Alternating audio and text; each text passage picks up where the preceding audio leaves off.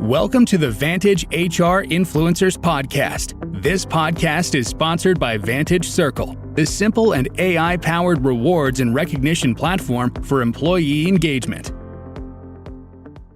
Hello, everyone, and welcome back to the Vantage Influencers Podcast. I'm your host for the show, Susmita, thrilled to bring you another exciting episode full of valuable insights and inspiration. Today, we're excited to have Steve Degnan with us. Steve is a speaker, consultant, and a thought leader with a passion for empowering individuals and organizations to reach their full potential. Through this conversation, Steve would help us to explore how building strong relationships can propel your career and enhance your leadership. Steve will share a personal career challenge he overcame through networking, offer advice on managing career setbacks, and discuss how to stay agile in today's dynamic job market. Join us as we uncover the power of relationships in achieving long-term success. Thank you for joining us today, Steve. Thanks for having me on. I really appreciate the opportunity. Pleasure's mine too. To begin with, Steve, our audience would love to hear more about your background and the pivotal moments that have shaped your career so far. So could you share some insights into your professional evolution, including some key milestones and experiences that have influenced your current role and perspectives?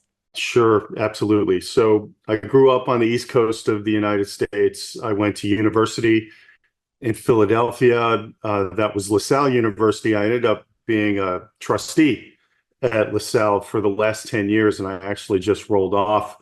I spent 4 years in the Army after university. That was a formative experience for sure. That was in what was then called West Germany, which is now just Germany. And I happened to be there during the Cold War while the Berlin Wall fell. So a very memorable situation. And then after the military, I found myself at Nestlé and later Purina, which was acquired by Nestlé. And I spent 32 years in total at the company. And the last 20 up until 2023 being the CHRO for Purina. So it was a wonderful run. I was blessed to be in such a role for such a long time. So I decided to try a few other things afterwards. But there were plenty of milestones and interesting experiences along the way. Nestle let me see the world literally through travel and meetings and exposure and to different markets and different people, which was wonderful. And Purina was just the ultimate expression of a winning organization. No matter what function you looked at or what activity was going on in the company, the emphasis was to win. And it was an honor to work there, and I took away a lot of great lessons. Yeah, undoubtedly, Steve, you have been involved in various projects throughout your career. So could you tell us about some of the projects that you're currently engaged in? You're interested in learning more about the challenges you're tackling and the innovative approaches you are implementing currently. Absolutely. So as I said, that was a great run for 20 years as the CHRO at Purina. But like everybody else, you want to keep challenging yourself. You want to keep learning.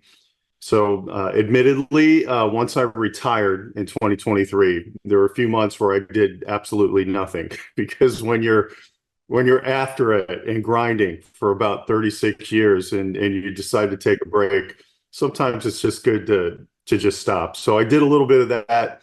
But along the way, I had joined 4 or 5 nonprofit boards.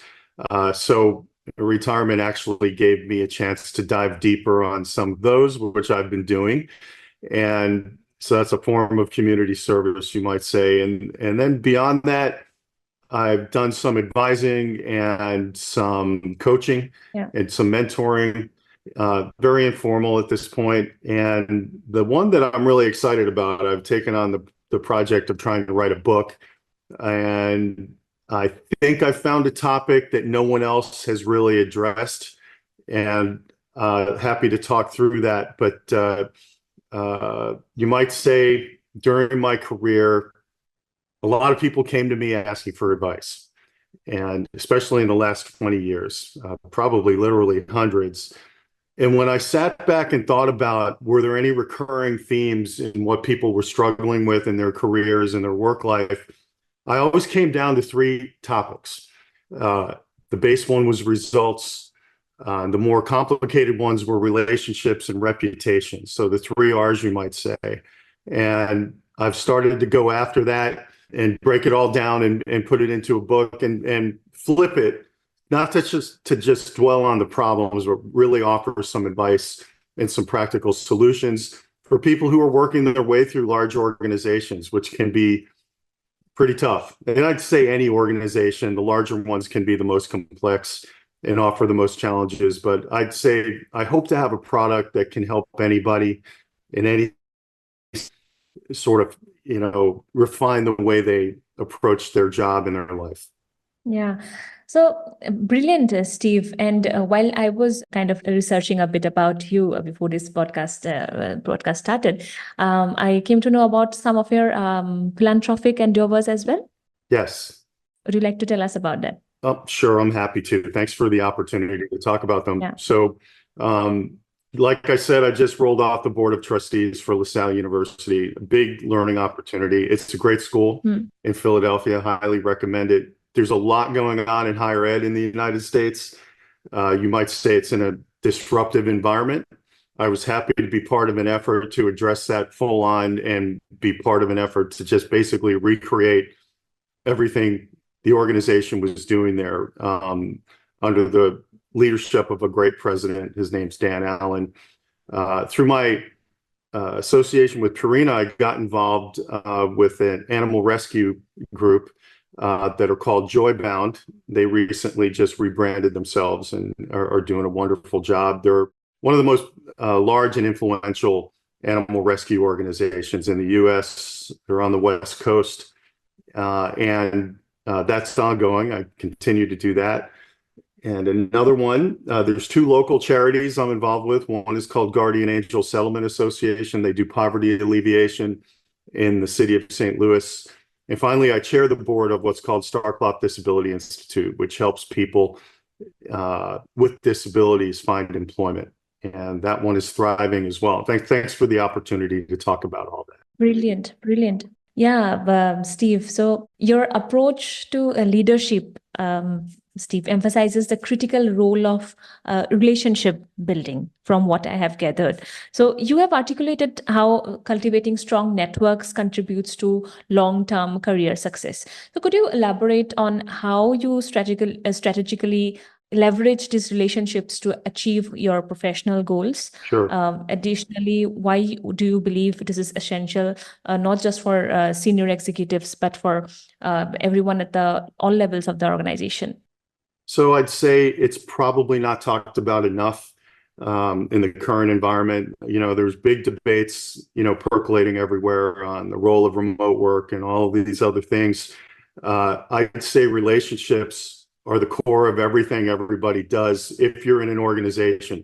There are people who maybe they don't need to worry so much about them. You might think of like actors or singers or entertainers of some sort, but even they have managers and producers they should strive to get along with. So I think if you put some intention behind trying to develop relationships in a real healthy way, I think you're seizing an opportunity, because a lot of people are stumbling into it. I think of myself early on. I got lucky. I had a few mentors, people who really cared about me. If I go back and really discern, was I really going after that with intention? Probably not. I probably approached it just like everybody else. If I work hard, I'll get noticed. But if you go into relationship building, and I would say this is sort of at work with your peers, it's at level, it's beneath you if you're a leader in the organizational structure. And if you're a leader, and even all the way up to the C-suite, it's that much more critical that you do this well. And in the book I talked about, I'm trying to break this down into components. So under relationships, I'm trying to illustrate and bring to life things like, how do you demonstrate team spirit or being a good teammate? How do you demonstrate commitment? It's one thing to talk about it. What does it mean? What does it look like? How do you demonstrate empathy and kindness for a teammate? And how do I collaborate effectively? How do we break that down? What does it really look like? How do I avoid biases against people in the room that I'm trying to work with and not let them sidetrack me? How do I maintain my personal composure if I'm under stress and working with others? And how do I have a learning and growth mindset? That's but a few.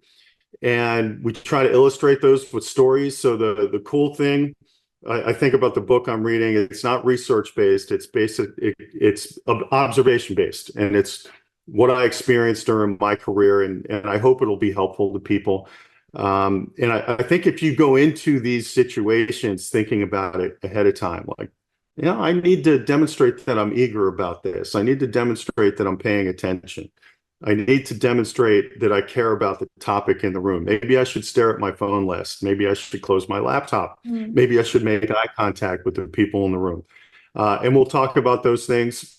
And like I said, not everyone's doing this. So if you really start to think about it, it's an opportunity and a way for you to stand out. Yes, amazing, amazing, Steve. And talking about this, if you reflect on your career, do you remember any specific instance when you encountered a significant challenge, particularly, focusing on interpersonal dynamics and relationship building that played a crucial role in overcoming this hurdle?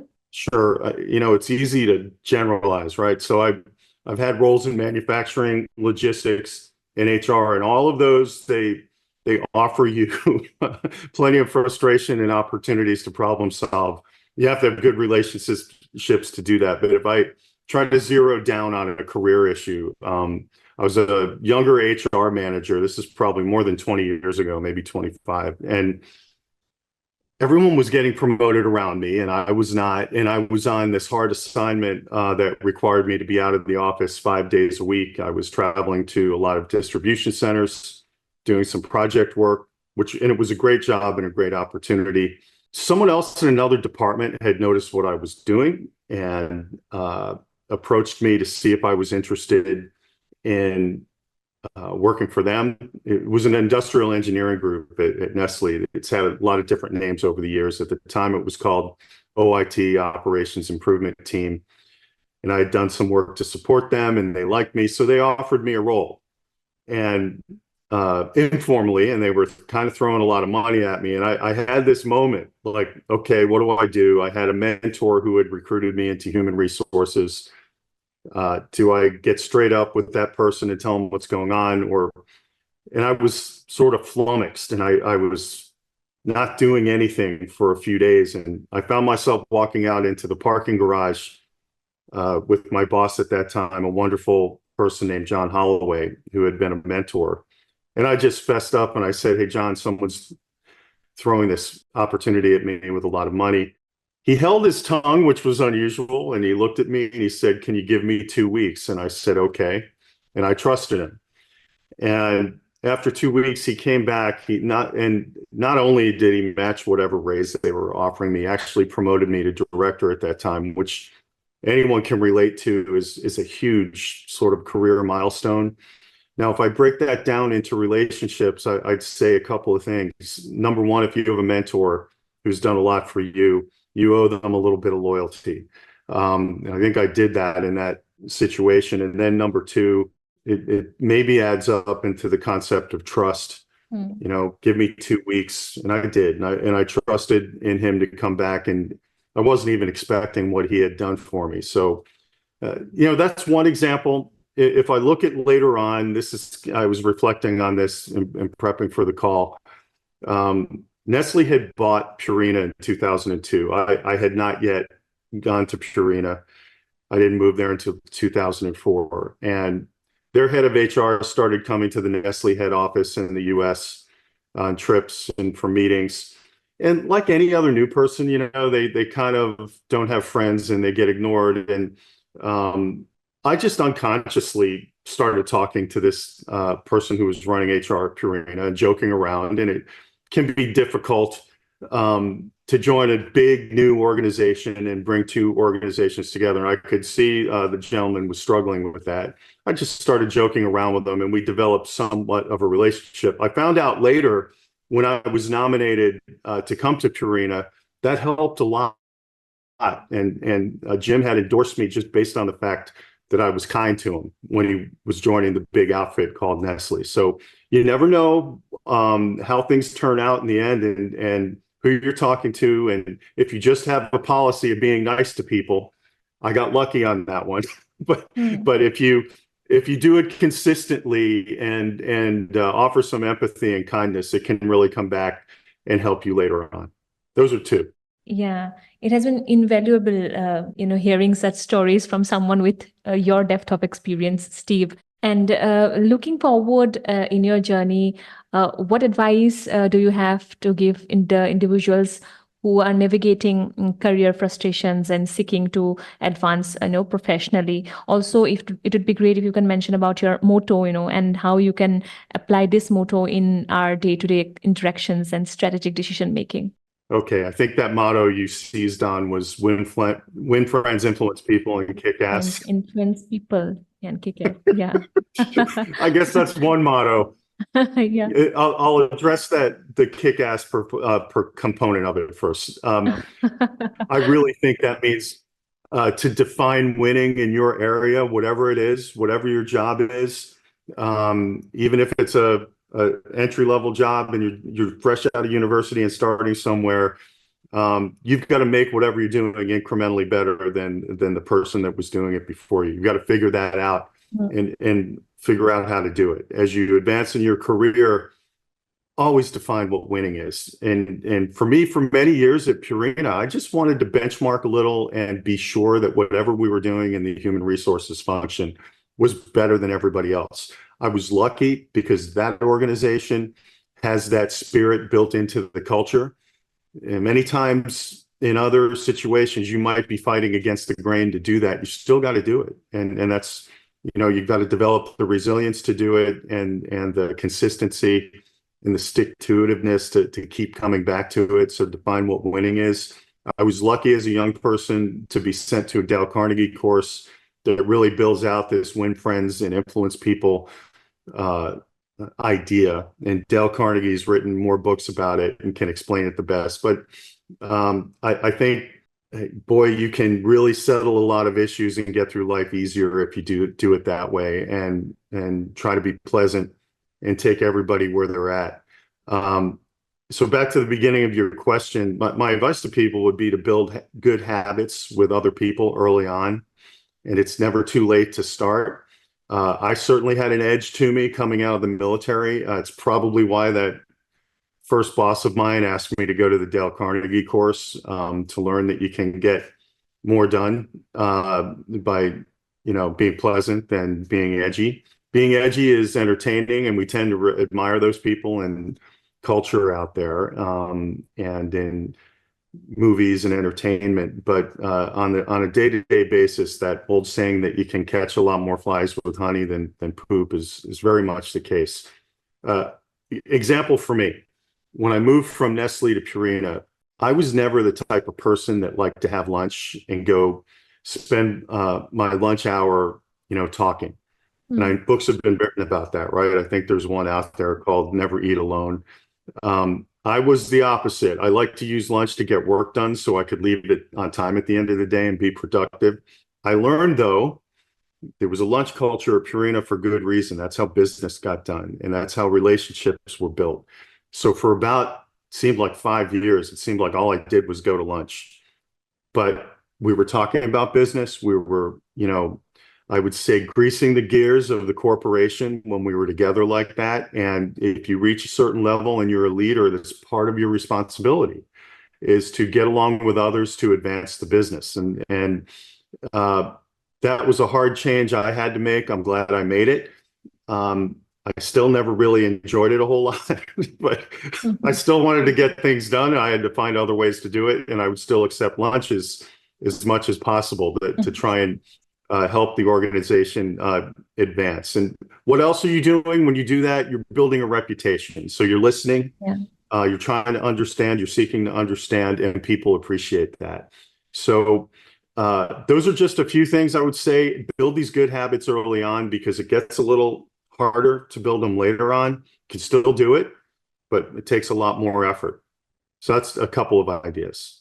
Brilliant advices of Steve. But again, with the rapidly shifting landscape in the in the workplace landscape, based on your experiences, what would you want to advise or recommend to our audience who may be struggling to keep pace with these changes to stay adaptable and competitive? Yep. I'm going to try real hard not to offer the same platitudes here. A lot of people might. I would say the concept of growth mindset is real. This is something that's started to be taught maybe in school in the United States. I know a lot of athletics coaches use it. And for me, it means always seeking, always learning, always trying to find the next thing. And you might be busy in your job and your personal life. A lot of people are managing families at the same time. They're trying to get things done at work. My advice is to add little chunks of learning to your habits every single day. And a lot of people don't do this. I know this from experience. So you should have little updates coming into your email if you're not doing this yet on your industry or on your function. I thought when I retired, I might stop doing that, but I kind of miss them. So I still have these HR newsletters that I subscribe to and some things from the food industry just to see what's going on every day and stay abreast of the latest and the greatest. You should have a couple of gurus in your discipline that you admire, whether you're finance, supply chain, manufacturing, you name it. You should have some people you follow. For me, in the HR world, it was always Dave Ulrich and another gentleman named John Sullivan, who were great thinkers on a number of different topics. Dave's more of a strategist. John Sullivan, it goes deep and hard on recruiting, which I always believed was the beginning and end of a lot of problems that you can avoid. Recruiting, finding the right people. So I followed those two rather religiously. Actually had both of them come to speak at the company a couple of times.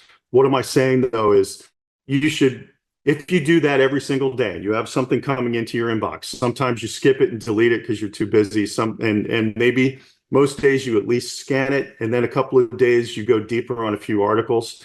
You'll be surprised at how much further ahead of everybody else you'll be.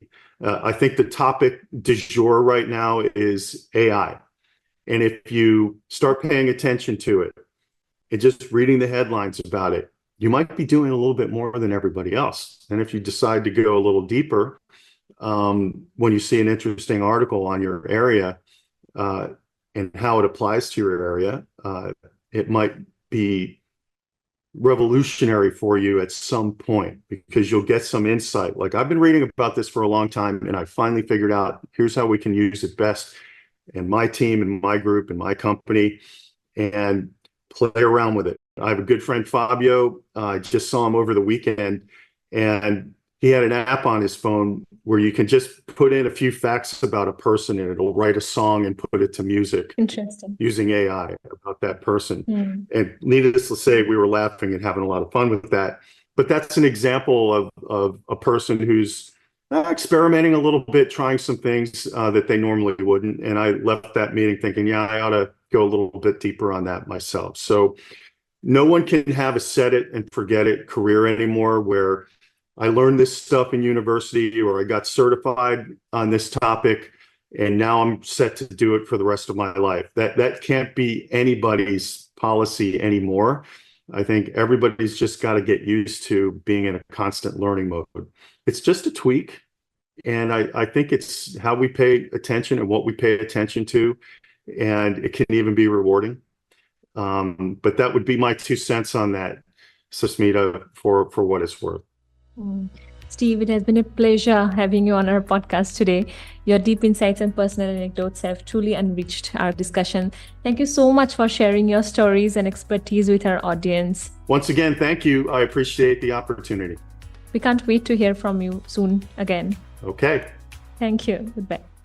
Thanks for listening to the Vantage HR Influencers Podcast. Please do subscribe to Vantage HR Influencers Podcast on Apple Podcast, Spotify, and our YouTube channel for new episodes.